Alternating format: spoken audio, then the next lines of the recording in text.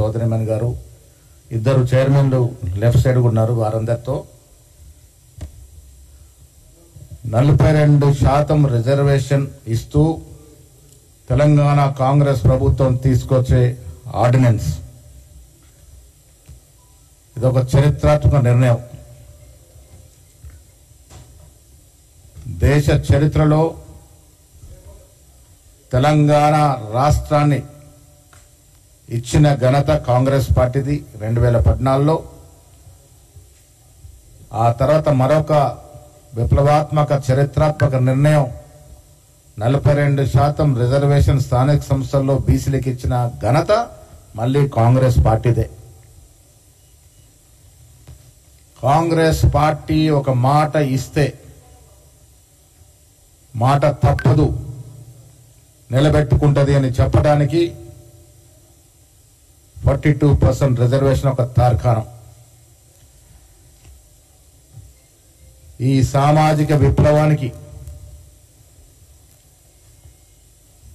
నాంది పలికే ఒక చరిత్రాత్మక ఘట్టం ఆవిష్కృతమైంది.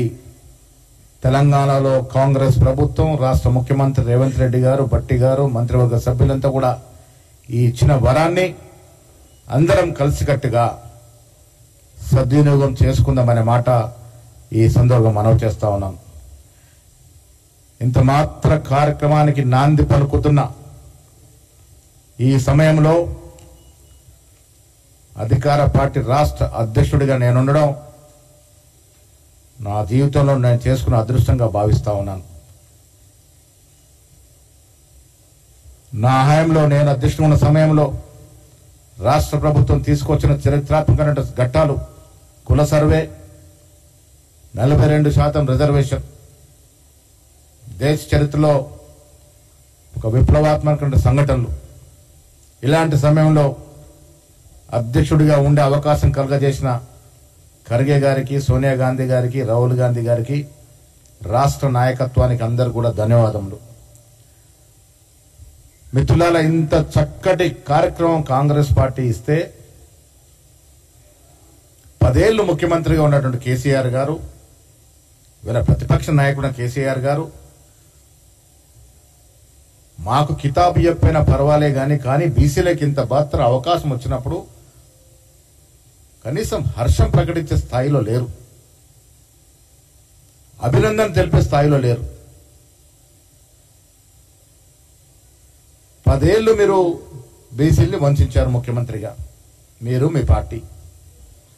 33% రిజర్వేషన్ బీసీలకు ఉంటే 22% తీసుకొచ్చిన దుర్గతి మీ హయాంలో జరిగింది. మీ హయాంలో మీరు బీజేపీ కేంద్ర ప్రభుత్వానికి అన్ని బిల్లులు సహకరించినారు. రాష్ట్రపతి ఎన్నిక, ఉపరాష్ట్రపతి ఎన్నిక, త్రిపుల్ తలాక్, ఆఖరికి రైతు వేకర్ చట్టాలు కూడా సహకరించినారు. ఆ సమయంలో మీకు చిత్తశుద్ధి ఉండుంటే ఈ 42% కేంద్రాన్ని పంపి తీసుకునే అవకాశం ఉండే, మీకు మీరు మైత్రిలో ఉండే కేంద్ర ప్రభుత్వంతో. కానీ మీకు చిత్తశుద్ధి లేదు, సాధించలేకపోయినారు. ఇవాళ కాంగ్రెస్ పార్టీ ఇంత విప్లవాత్మక నిర్ణయం తీసుకుంటే కనీసం హర్షం కూడా ప్రకటించే స్థితిలో బీఆర్ఎస్ పార్టీ ఉంది. అంటే ఇంత అక్కసు, ఇంత విషము బీసీల మీద ఎందుకు? ప్రతిపక్ష నాయకుడు కనీసం కాంగ్రెస్ పార్టీ నిర్ణయం తీసుకుంది, బీసీలకు లాభం చేకూర్చే అంశం ఇది, మీ అందరికి అభినందనలు కూడా చెప్పే స్థాయిలో లేరు.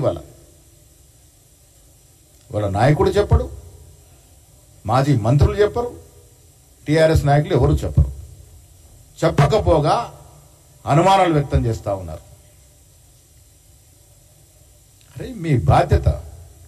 ఆనాటి మాజీ బీసీ మంత్రులను అడుగుతా ఉన్నాను, మీరు అనుమానాలు వ్యక్తం చేస్తా ఉన్నారు కదా, ఇంత చక్కని నిర్ణయం జరిగినప్పుడు ఎందుకు కనీసం హర్షం ప్రకటించే స్థాయిలో లేరా మీరు? అంత భయమా మీ నాయకుడు అంటే మీకు?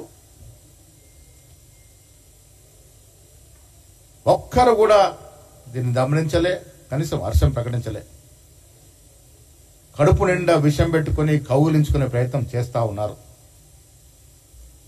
ఇది రాష్ట్ర ప్రజలు, ముఖ్యంగా ఓబీసీలు గ్రహిస్తా ఉన్నారు.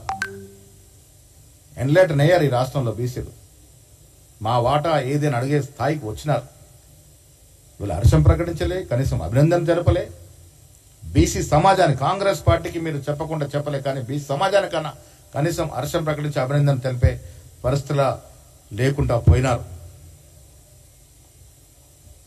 కాంగ్రెస్ పార్టీ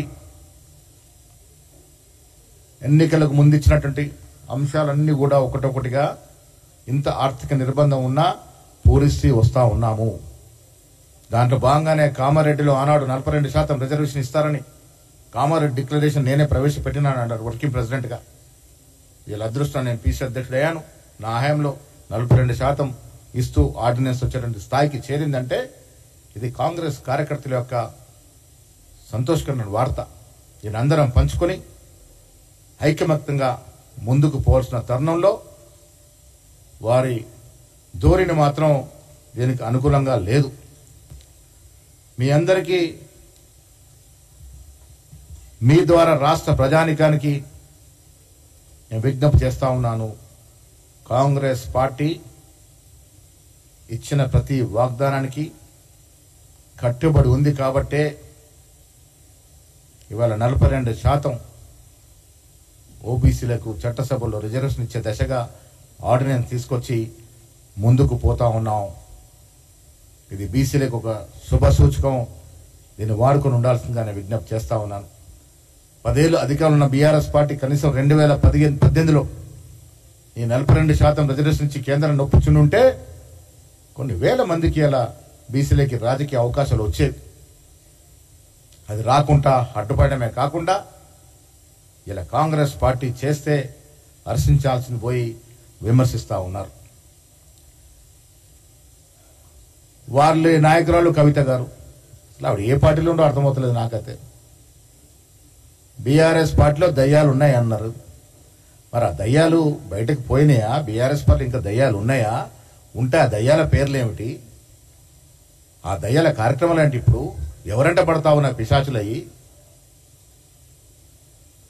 ఆ దయ్యాలు పిశాచులు పీడ వదిలిందా లేదా చెప్పే స్థాయిలో లేదు. మొన్న ఆవిడ మేము ఆర్డినెన్స్ తీసుకొస్తే ఆవిడ రంగులు పూసుకొని తీర్మార్ డాన్సులు చేస్తా ఉంది. ప్రజలు టీవీ చూసినంత నవ్వుకుంటా ఉన్నారు. రంగులు వేషాలు మార్చుకున్నంత మాత్రాన పిల్లి పులిగా మారుతుంది అనుకుంటే అది అవివేకం అవుతుంది. లిక్కర్ స్కామ్ లో రాష్ట్రానికి తలవంపు తెచ్చిన కవిత భగీరథ ప్రయత్నం చేసినా ప్రజలు ఆమెను పట్టించుకోరు. తెలంగాణ రాష్ట్రం వచ్చినా సామాజిక తెలంగాణ రాలేదని చెప్పిన కల్వకుంట్ల కవిత మరి బీఆర్ఎస్ అధికారం ఉన్నప్పుడు ఎందుకు స్పందించలే? ఇవాళ బీఆర్ఎస్ వల్ల సామాజిక రాలేదని ఒప్పుకున్న ఆవిడ మరి బీఆర్ఎస్ వల్ల వచ్చిన ఎమ్మెల్సీ పదవి ఎందుకు రాజీనామా చేయట్లే? బీఆర్ఎస్ పార్టీకి ఎందుకు రాజీనామా చేయట్లే? అలా చేస్తుంటే కనీసం కొంత నమ్మేవారేమో. అది చేయకుండా కాంగ్రెస్ పార్టీ చేసిన ఘనకార్యాలని కొంత కలర్ పూసుకొని నా వల్లే వచ్చింది. అరే విచిత్రమైన సంఘటన, నా వల్లే వచ్చింది, మేము చేసే ఉద్యమం. అసలు మేము తెలంగాణ రాష్ట్రంలో అధికారంలోకి వచ్చిన తర్వాత